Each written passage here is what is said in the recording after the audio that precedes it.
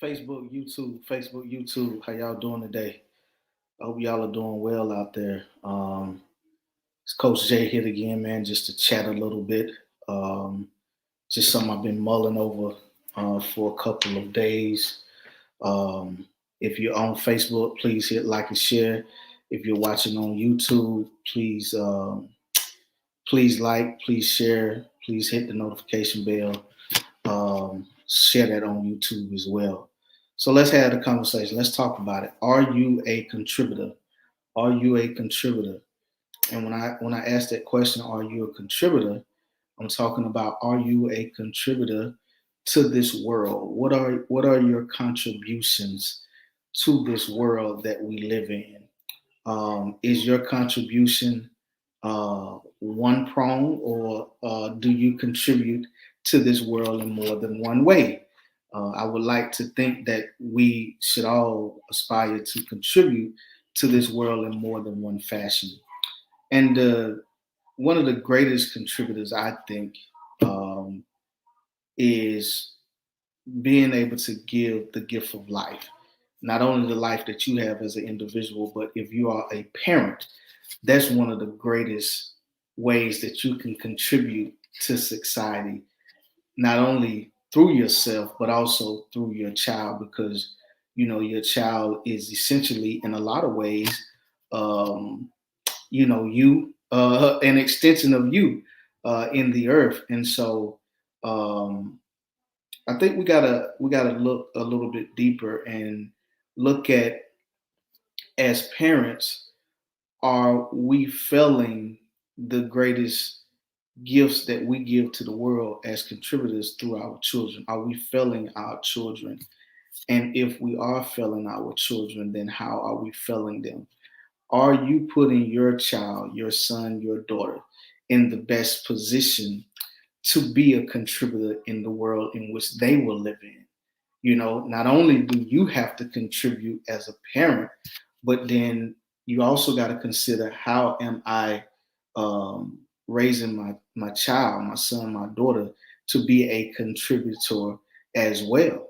What are you doing in their lives to allow them to be their greatest, to allow them to maximize all of their potential, so that they can contribute to the world and leave their impression and leave their mark in the world and on the world? I think we all have to consider that if we really want to, make this world a better place and remain current, remain cutting edge as families, as individuals. There's more that we have to do within the confines of the family to contribute to this world. It's not only on the haves to be contributors to the world, but it's on everybody to make equal contribution, no matter what your financial state, no matter what your economic level is. We all should rise up every day looking to make some sort of contribution to the world and the communities in which we exist in. And so I would like to challenge everyone to ask yourself, how am I making contribution? What area am I making contribution in? And if you're not making a contribution, then ask yourself, what can you make contribution in your community? Can you start some sort of nonprofit? Can you start some kind of group, some kind of think tank group, to think about new ways to engage the community, to think about new ways to bridge the gap between the young and the older, to make sure that there's no communication gap, there's no education gap or understanding gap in terms of what young people are doing today and engaging in versus what older people may or may not understand. And I think as older people, we have to be more tolerable and accepting to some of the things young people engage in.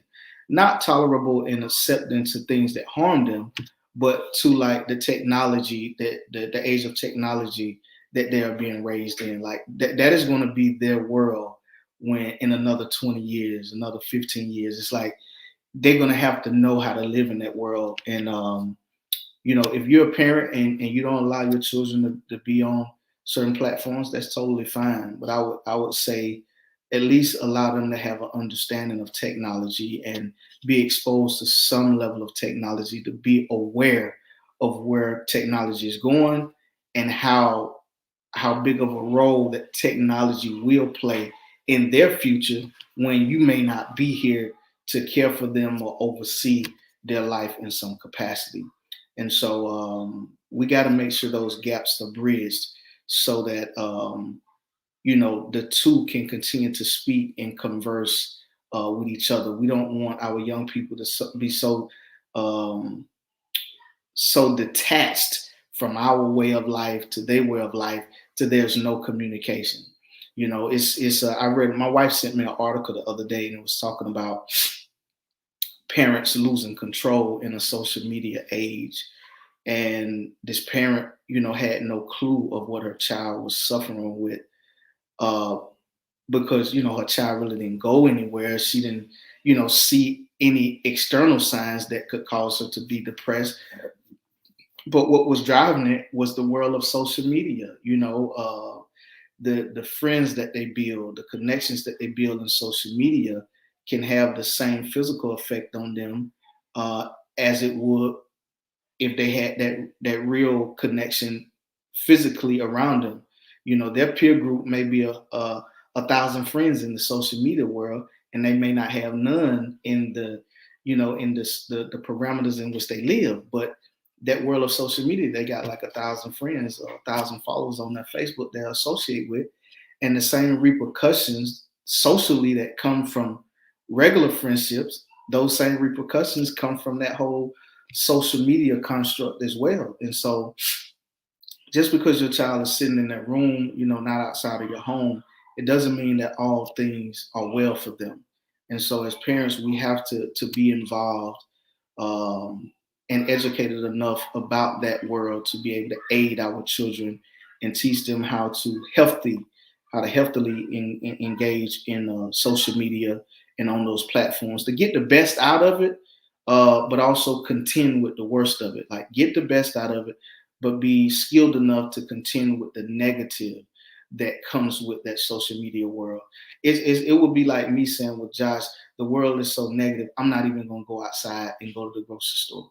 Like, I mean, I could possibly do that on some level with all of the apps that where you can order food. I can like really limit how I go out and when I go out, but that doesn't mean that I can't go out or I shouldn't go out because the world is a bad place. I just know that I have the skills and the wisdom and awareness to go out, understand where I'm going, how I'm going, do what I need to do, and come back home. And so we have to teach our children the same skills to be able to survive in whatever environment they are in, to be able to cope in whatever environment they are in, but also be leaders in whatever environment they're in. All of our young people have leadership capabilities, and we have to groom them in a way to where they understand what's their niche, what's their gift at a young age, to where you can pull it out of them. And it's not just all in sports. It's not all tied to sports. Some young people, they do well, they thrive in sports and different activities, but they can be a leader on the field and off the field. And you have to group the same leadership ability that they have on the field, whether it's lifting their teammates up or being a leader, giving directions. They can have that same skill off the field. And so we have to get our young people ready to be the next contributors at a greater level when it's their time to run this world, when it's their time to step in leadership roles and in leadership positions. Parents, uncles, aunts, cousins, we have to be the ones to do that for our young people. And so I'm not sure if we are really doing all that we can on the family level. In some communities where resources are more available, they have great things going on in the community. But as it relates to the family level, I think there's more that we can do as families to engage our children and make sure we're even the playing field, so to speak, to give them the leg up that they need in life, whether it be from a financial aspect, an educational aspect, an awareness aspect, a consciousness aspect.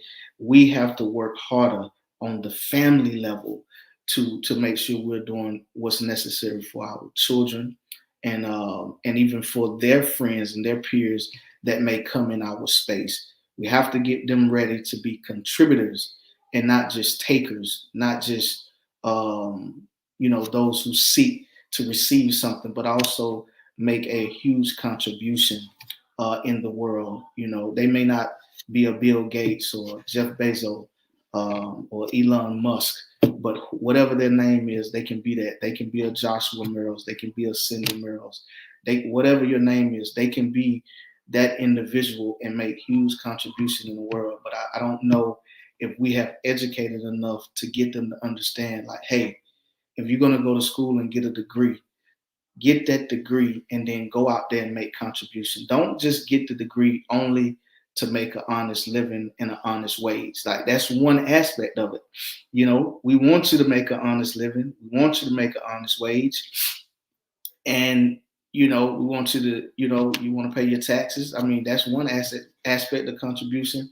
But if that's all we're going to do, then we're setting ourselves up for failure when it comes to, well, why this policy is that way, why they treat us like this, why this going on, why that person is. We all have to make contributions that are bigger than just ourselves, that's bigger than just having a job. We have to make better contribution in our communities, in our homes, in our families, in our churches, religious institutions. We have to make more contribution in our communities, in our world. We got to stand taller, and we need to do it like yesterday. If you're a part of a ministry, I would say, take to leaders and say, hey, how can we contribute more to the community? What are we doing with the people that are coming in our services Sunday in and Sunday out? What are we doing to empower them to leave there and then go out and be contributors to the world, whether they're in education, construction, mechanics, nurses, whatever? How are these people going out and contributing? That's my question. How are we contributing? Because it's like, if we want to see change in the world, we want to see things better, then I believe if we were all contributing at our highest potential, I believe we would see some real change. But I'm not certain that we are all contributing at the level that we should be and could be. I think we are comfortable with going to work, coming home, and living our life. And I'm not saying anything is wrong with that, but I'm saying if you want to see things better, if you want to see real change, I think we all have to start contributing. And we really need to start doing that with our families at that level, and start impacting our children, our school systems. So again, ask yourself, are you a contributor? And then if you say, yes, I am, what areas are you making contributions in outside of your home and in your home? And then if you're not making contributions, ask yourself why, and then say, hey, well, what areas can I begin to make contributions in my community? Do I need to go volunteer at a food bank? Do I need to go down to the city council meetings? Do I need to go to the county board meetings? What do I need to do to be an active participant and be visible in my community? I just had a guest on, Coach Moore, and he was talking about one thing that people can do as it relates to supporting schools and athletic programs and young people who don't have, that are athletes, is being visible in places, being visible around the school, being visible at the football games, being visible in the community, and just engaging on every level and on every front that we can to begin to make change. So it's Coach Jay here, man. I just want to come on here and have this conversation about, are you a contributor and what is your contribution?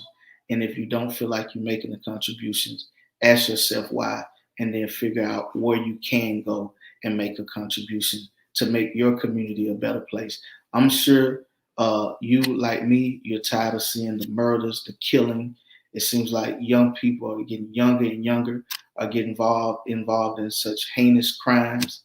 So many people are being victimized, burglarized, robbed, assaulted. on so many different levels, and these are young people that are out there committing these crimes. They're getting younger and younger, and them are somebody's children, somebody's son, somebody's daughter that's engaging in this type of activity. And so, I have to ask myself, what did it go wrong in the home? What did it go wrong? What happened that they had to be subjected and exposed to that type of attitude or mindset that makes them feel as though robbing is the pathway that they need to take, or murder is the pathway they need to take. And so, parents, start in your home, address issues early when you see things popping up. Open your eyes to certain things. Don't be passive and just let it go. Be in the know in what's going on in your home. And if you feel like you're losing control, reach out and get help. Reach out and get help. Don't feel like, you failed as a parent because you got to ask for help. It's better to ask for help than ask for an attorney. It's better to ask for help than have to call to try to get an attorney to get your child out of a terrible situation. So I say again, look at how you can contribute, and most importantly, start in the home with the greatest gift that you have given unto yourself and the world, and that's with your child. That's the greatest contributor that you can ever have to give to the world, is your child. So teach them how to be contributors as you are becoming one. So peace out, man. Thank everybody that watched this video, the replay. Please hit like and share. You see the cash out there, $Merles 4200. If you like something you heard, you want to give and donate so we can keep this going, please do so. Also on the 16th of this month, at 6:30 p.m., I'm going to have a young dentist on the platform talking about dental hygiene, inspiring the young people to, see how they can make it, contribute, and make impact no matter where they come from, no matter what walk of life that they come from, because this individual definitely didn't have a silver spoon in his mouth always. His parents worked hard. He worked hard and had to contend with the same world that everyone else had to contend with. But the muscle, the fight, the determination, the will to become was greater than any other force that existed in his life. And so again, next Thursday on the 16th at 6:30 p.m., I will have the young dentist on, and we'll have the conversation about dental hygiene and how that should be incorporated in our wellness journey as we're battling COVID and other different things. So please be looking out for that notification to come out for next Thursday at 6:30 p.m. Central Time. Thank you. Peace out.